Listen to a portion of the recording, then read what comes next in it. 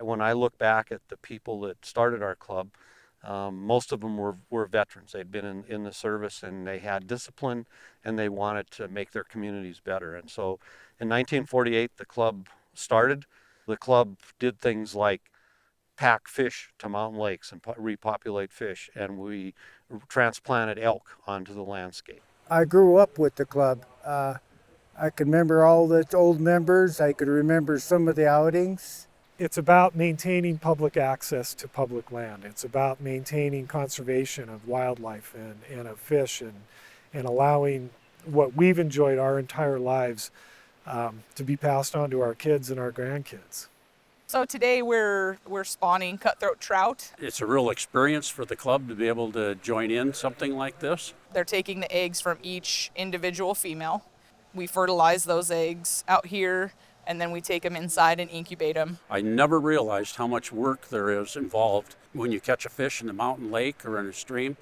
The work that goes through to get that fish there. I mean, it's amazing what goes on here at this fish hatchery. Across Montana waters, we stock personally at this hatchery about 100 lakes a year. And so this is just kind of the beginning stages. It starts with the eggs. The Anaconda Sportsman's Club has run this campground for probably more than 6 decades.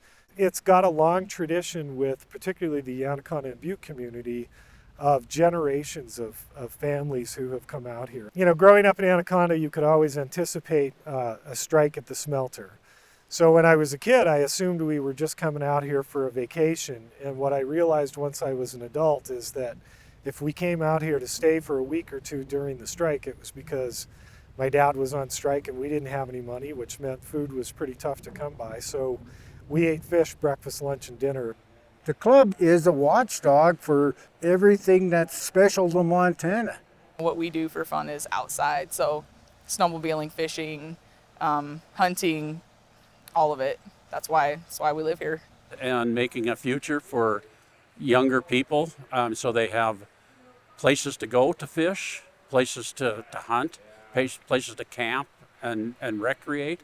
That's very important to us. There's two sides to an issue always. We got to make sure our side is heard.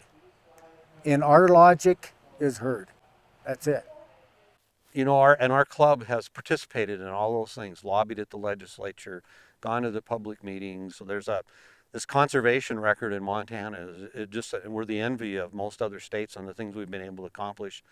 And our club's been a persistent contributor to all those things along the way. And helping to maintain that public access and conserve that wildlife for all Montanans is a pretty tough hill to climb. And as attacks on public lands have come about, people have to get involved. And we all got to pitch in and help. It's what we enjoy, it's important, and we have to be involved with it.